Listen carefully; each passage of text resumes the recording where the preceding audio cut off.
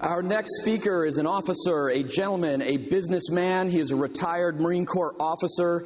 He has consulted with the New York City Police Department, was selected to serve as a military fellow at the Council on Foreign Relations, and he currently is serving on the boards of many nonprofits. Please give a great warm welcome to the president of Fortitude Consulting, Colonel John Boggs.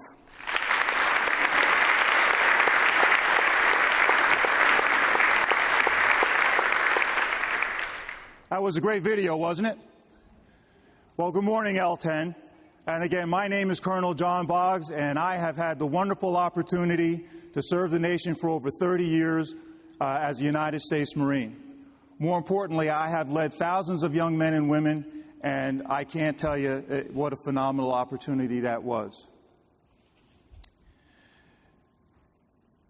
Over that time period, there was a subject that became near and dear to my heart, and that was heroes.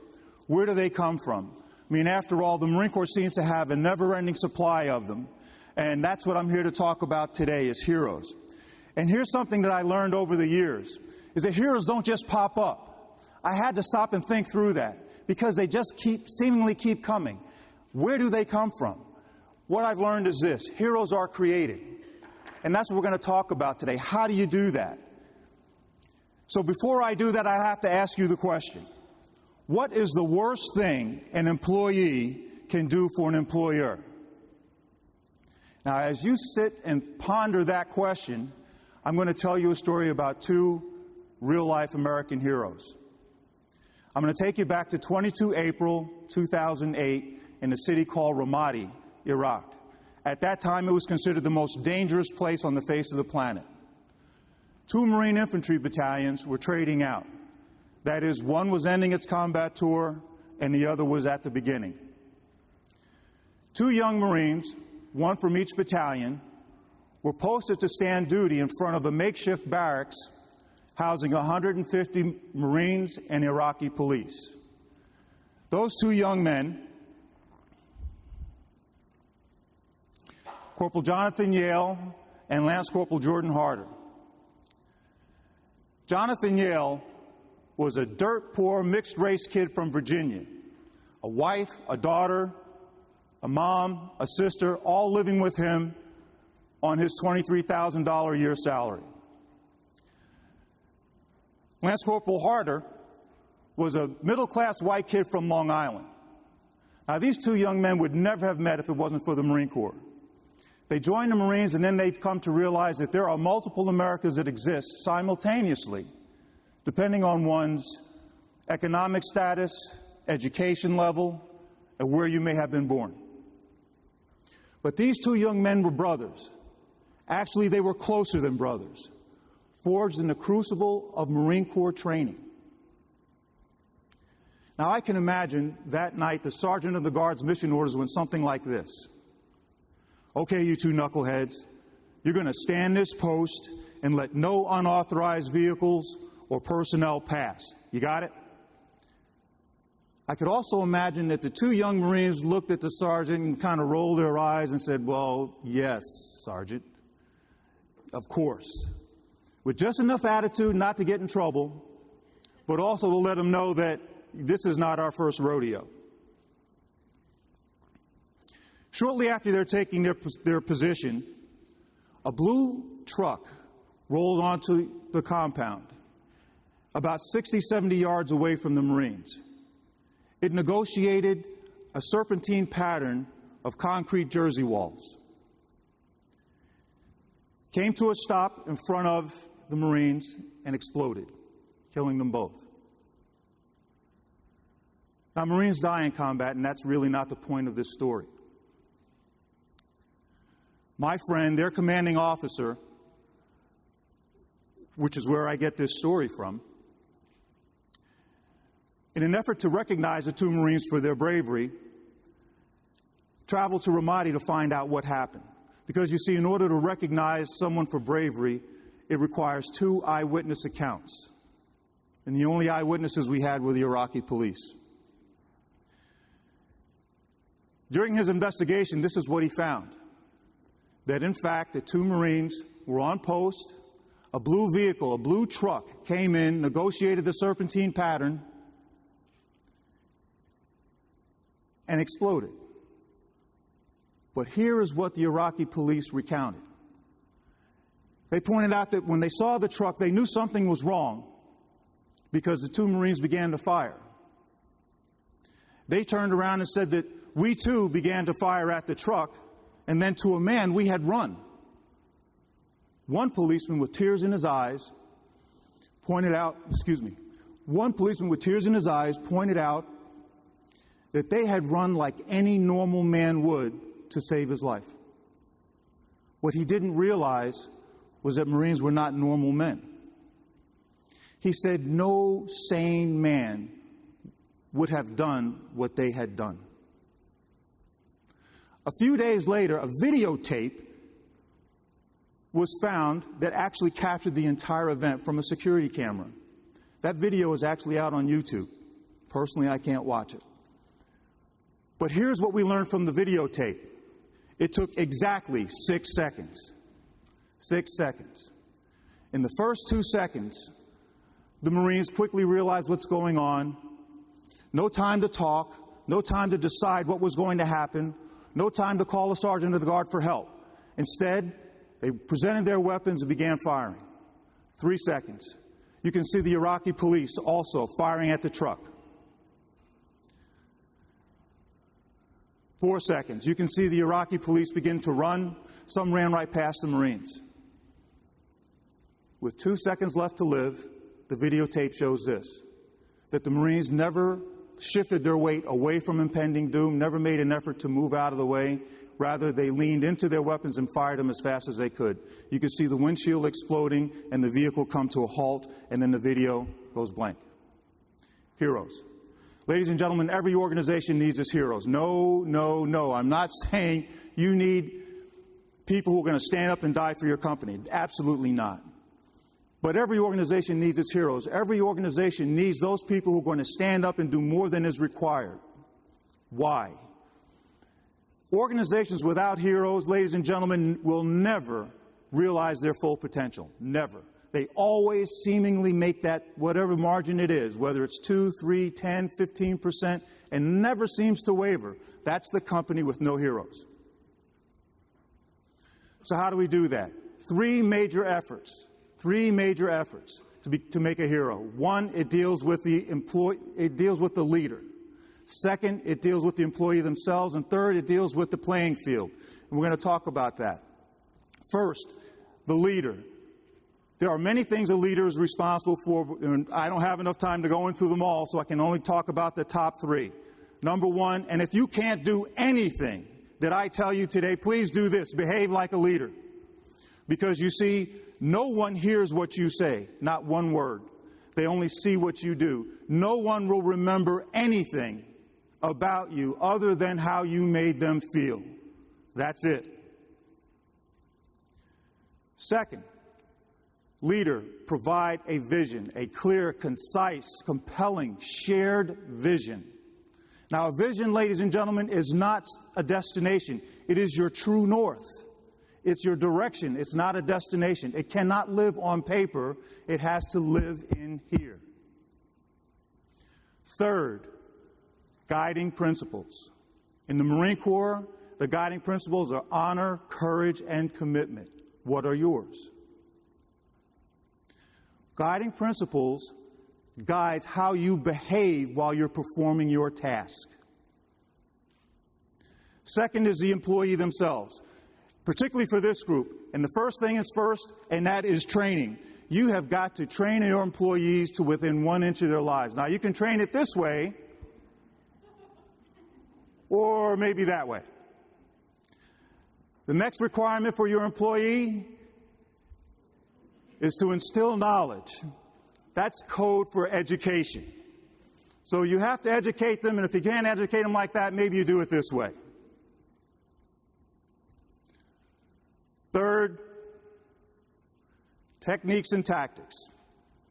When you bring the training and education together, now how do we actually perform the task? You can do it that way.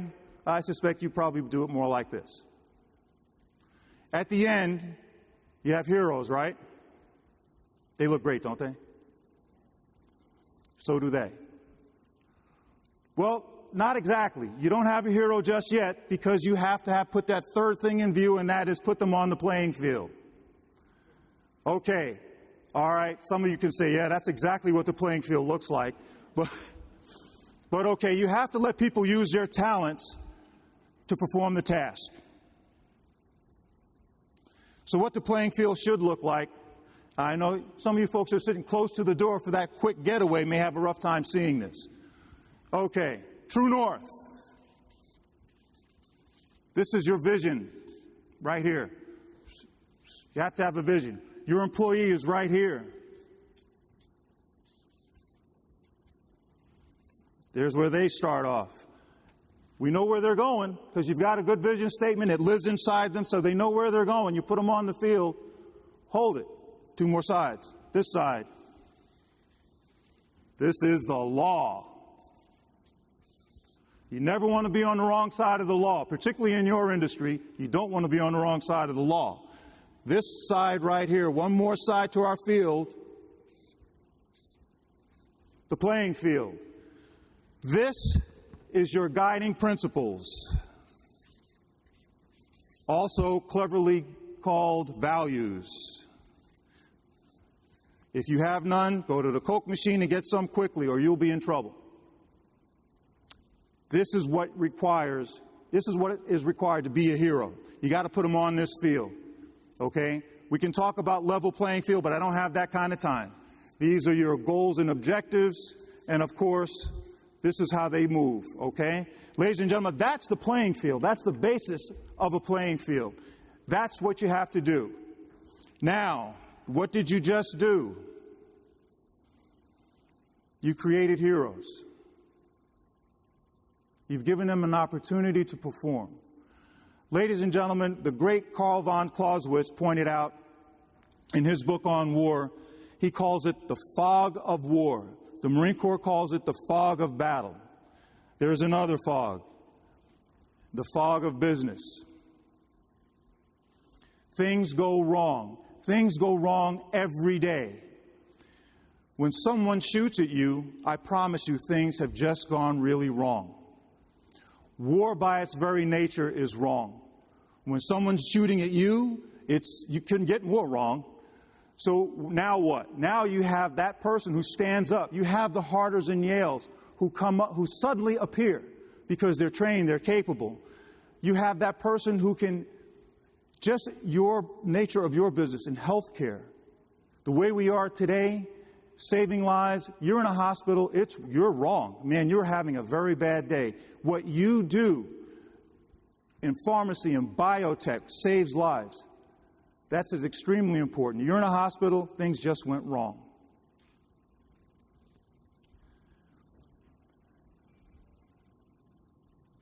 That's me. But that's me because I have to remind myself to talk about you specifically and the importance of being a trainer. 2 things, most important. First, trainers, ladies and gentlemen, are the guardians of their industry. All trainers.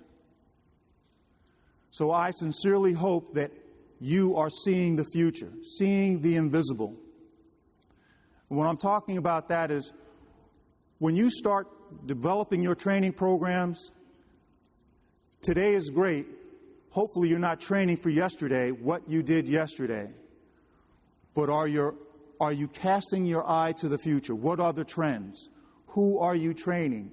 What do we have to train them towards? What is going to impact our training? What's going to impact our industry that's going to require me to change my training? The Marine Corps is always changing. It is always training. If it's not training, it's actually doing the nation's business. Your students are going to be doing the country's business also, keeping them healthy, saving lives. That's the importance of your training. Really, no different from the Marine Corps, other than maybe nobody shooting at you, but the same level of responsibility is yours. And I hope you take that very seriously. Secondly, there are heroes among you right now. And let me define hero for you so we're all on one sheet of music.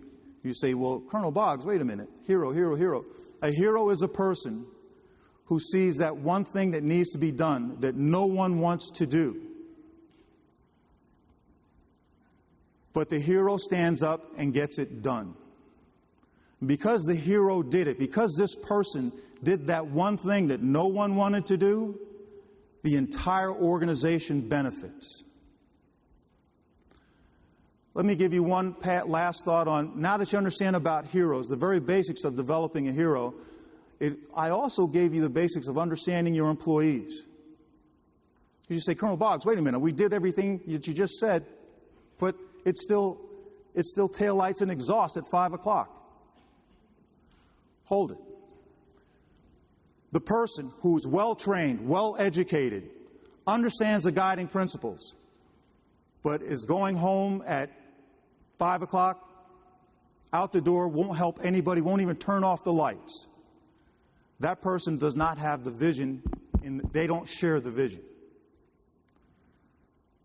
The person who's there with you, they're there, it's 5 o'clock, it's 6 o'clock, but you wish they'd go home.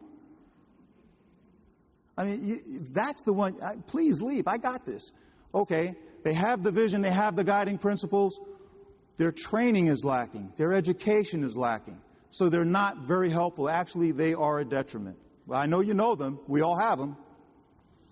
Then you have the person they have the vision. They are well trained, they are well educated.